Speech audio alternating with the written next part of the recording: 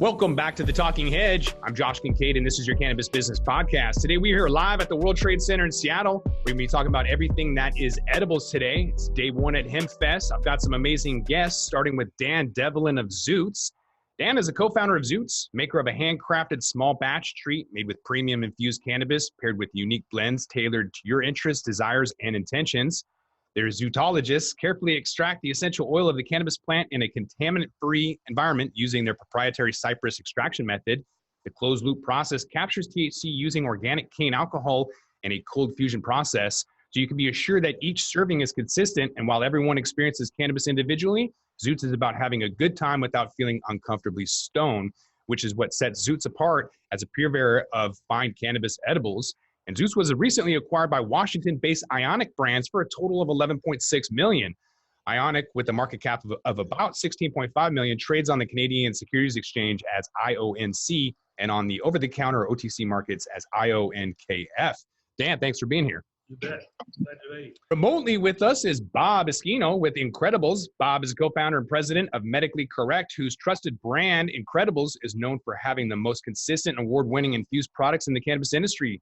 Bob is responsible for the company's sales, marketing, and national expansion. As founding member of the Edibles Council through Cannabis Business Alliance, the Colorado Cannabis Chamber of Commerce, and the Colorado Cannabis Manufacturers Association, Bob has helped shape the next wave of cannabis rules and regulations for the cannabis industry federal level. Medically Correct prides itself on helping educate the public about responsible edible consumption and the emerging cannabis industry. Bob, thanks for being here. Thank you. And also remotely is Patrick Ian Moore of Edible Magazine. Patrick's the editor-in-chief of Edibles Magazine and the chief operations officer of Edibles List Manufacturing and Distribution. He started out as head dispatch at Speedweed and went from there to be working as a product development and marketing specialist at W Vapes.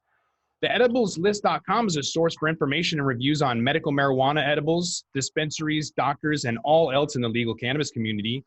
Edibles Magazine is a source for credible and relevant news with everything related to the cannabis industry.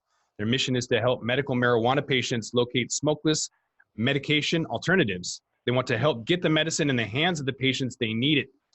They connect patients, vendors, and dispensaries, and patients can now save time and money locating their favorite edibles and new consumable products while being able to rate and review, adding their valued option to our online community. Staying tuned for their best of Edibles List awards, and stay tuned for the topicals, tinctures, and other awards that they have. So Patrick Ian Moore, thanks for being with us. Oh, thank you so much.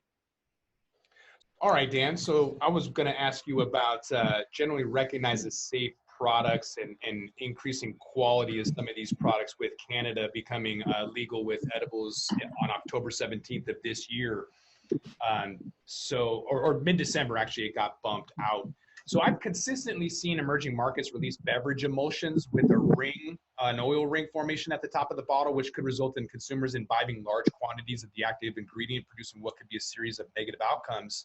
And we've seen billboards that read mold to gold, offering to buy moldy cannabis for the purpose of converting it into a byproduct, a derivative for edibles. And so, Dan, what's being done to increase the quality of products to make them generally recognized as safe? And recognize industry-wide as a quality, stable, and safe product? Well, I guess number one is the quality manufacturing.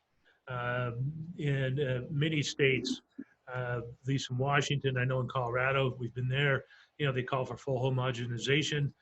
You've got to prove that, so you're not going to get the ring that you're talking about. Obviously, if something sits for a year, sometimes that sneaks in on you, but I think really the main element here is that most good companies, in fact, all companies should, but I know most good companies operate under basically what are considered FDA guidelines, which is the Food and Drug Cleanliness, which all food companies operate under. It's not required because our industry is not federally regulated. In fact, we're felons. So,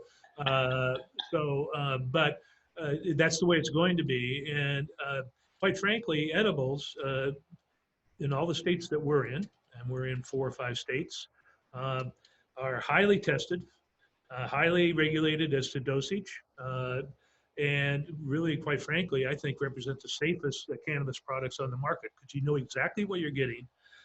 You know that the the dosage that you're taking is correct.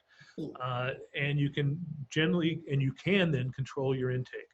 So I think the consumers will recognize that. I think the industry needs to push that more, because we are by far the most highly tested and highly regulated part of the cannabis industry. Mm-hmm.